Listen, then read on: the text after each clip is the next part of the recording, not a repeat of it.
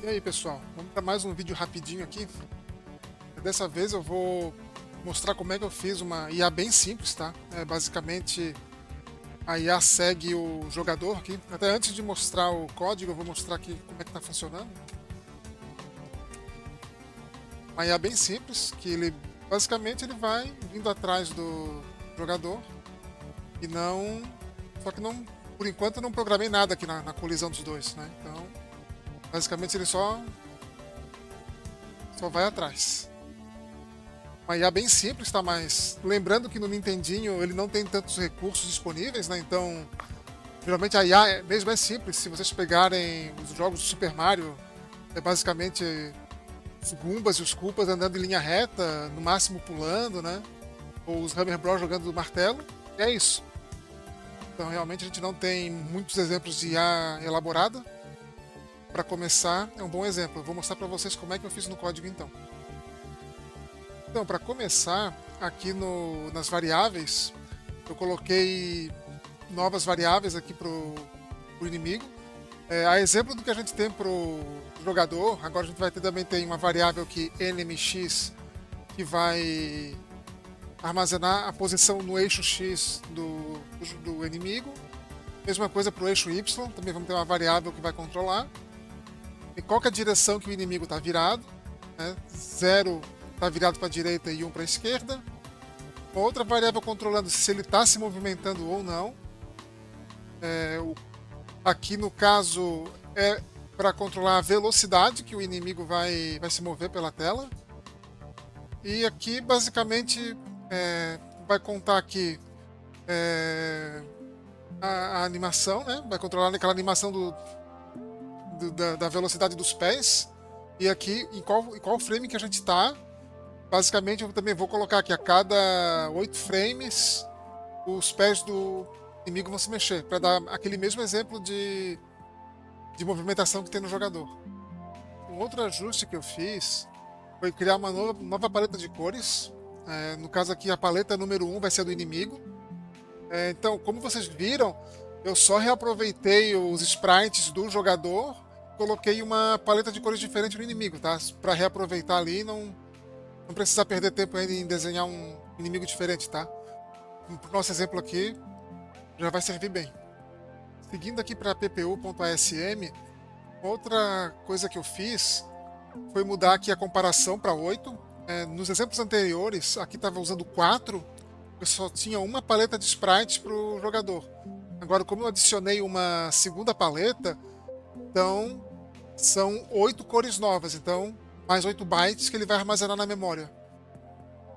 Criei então um novo arquivo chamado enemy.asm. Então, por enquanto aqui só temos uma variável de controle para ele, que é o enemy move delay, ou melhor falando, aqui é uma constante, né? Aqui eu estou definindo qual que é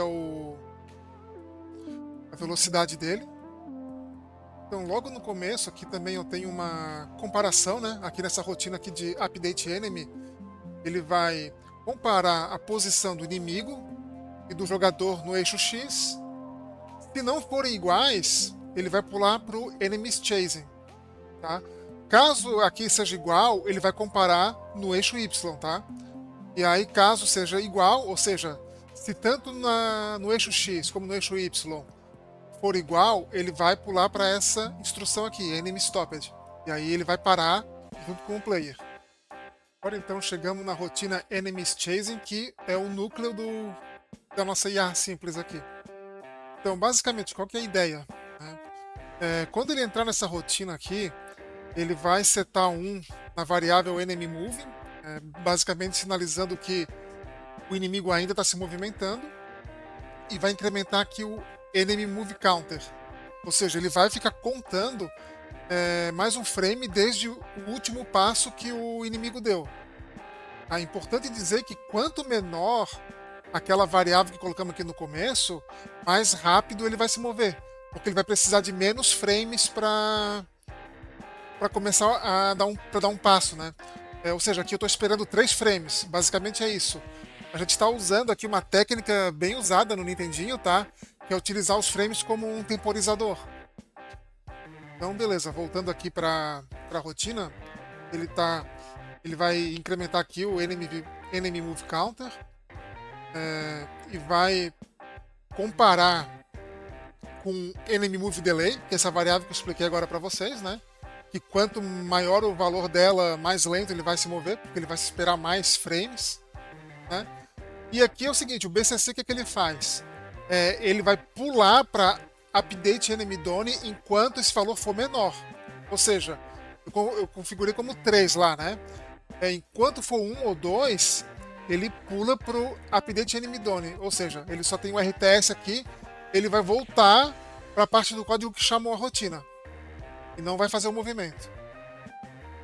Caso então, quando enemy move counter for igual a 3, ele vai pular, cair, né? Ele vai continuar na rotina, ele vai zerar o contador de velocidade de novo, né? E vai reiniciar a contagem e ele vai pular aqui para o enemy chase horizontal. E antes de ver essa rotina aqui do movimento horizontal, só mostrando aqui para vocês que a rotina do inimigo parada é bem simples. Basicamente a gente seta 0 aqui para enemy moving e também aqui para enemy move counter. Ele vai ficar paradinho, né, como eu mostrei para vocês lá no começo do vídeo, em cima do jogador. Aqui então a rotina de perseguição horizontal. Ele basicamente vai comparar a posição no eixo X do inimigo com do jogador. A ideia da rotina aqui da perseguição no eixo X é bem simples também, tá? Basicamente o que está sendo feito é comparar a posição no eixo X do inimigo com o jogador. Se for igual, então ele vai iniciar aqui a perseguição vertical. Né? Eles já estão alinhados no eixo X. Do contrário, ele vai fazer mais uma comparação aqui, tá? Ele vai verificar se a posição no eixo X do inimigo for menor que a do jogador, então significa que eu tenho que me mover para a direita. Do contrário, o programa ele vai continuar a execução, ele vai fazer a movimentação do inimigo para a esquerda. E aí a movimentação do inimigo é basicamente a mesma ideia que a gente faz na movimentação do jogador, só que lembrando que no jogador a gente tem que usar os controles, né? Aqui a gente está implementando uma IA bem rudimentar, que basicamente ele vai decrementar o valor X aqui do inimigo. Ele vai também colocar aqui nessa variável enemy direction, sinalizando que o inimigo ele vai estar olhando para a esquerda. Isso serve para a gente orientar lá os nossos sprites. Como eu já estou me movendo para a esquerda, então eu tenho que fazer a verificação se precisa ter movimentação no eixo Y. Então ele vai pular sem condicional nenhum para essa rotina aqui, Enemy Chase Vertical. E aqui no Enemy Move Right é a mesma ideia da rotina anterior, só que eu vou incrementar X para ele se movimentar para a direita e também orientar o personagem para a direita. E a movimentação de perseguição no eixo vertical é a mesma ideia do eixo X, tá? Só que a gente vai trabalhar com as coordenadas Y, então, né? Mas vocês podem ver aqui que é a mesmíssima ideia. Caso eu tenha que mover para cima, eu vou decrementar aqui a posição Y do inimigo, né? E ainda vou verificar se já posso terminar de fazer a atualização da posição do inimigo. Na posição para levar o inimigo para baixo, eu vou somando, né? Aqui o enemy Y e mesma coisa. Eu pulo para a rotina para verificar se já terminei de perseguir o inimigo, o jogador no caso. E aqui a rotina de animação do inimigo é a mesmíssima ideia também da rotina que faz a animação do jogador, tá? Basicamente aqui eu verifico se o inimigo está se movendo. Se ele estiver se movendo, ele vai pular aqui para Enemies Moving, tá? Se não, ele vai seguir aqui no código e vai entrar nessa rotina aqui de Enemy Stopped. E ele vai parar o movimento, basicamente carregando 0 aqui nessas duas variáveis, né? De Enemy Unencounterd e Enemy Unframe. E aqui então, na rotina que realmente faz a movimentação ali das pernas do inimigo, é a mesma ideia lá do jogador, né?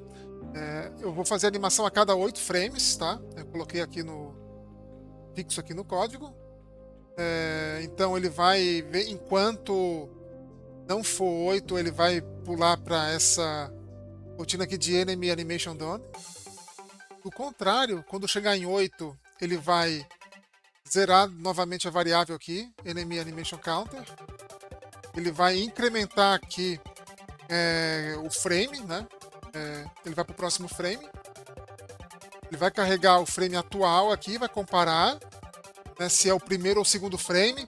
Lembra que eu defini que a movimentação, tanto do jogador quanto do inimigo, precisa só de 2 frames, né? No primeiro frame, a perna esquerda está levantada e a direita está abaixada, e no segundo frame, o contrário.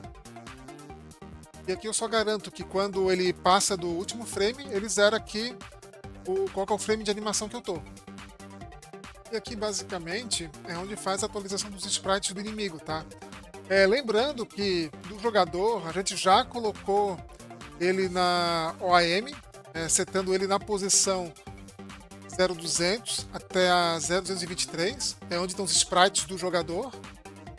Então, do inimigo, ele vai continuar, né? Eu defini que os sprites do inimigo vão ficar nesse trecho aqui da memória, que é o endereço 0224 até 0247.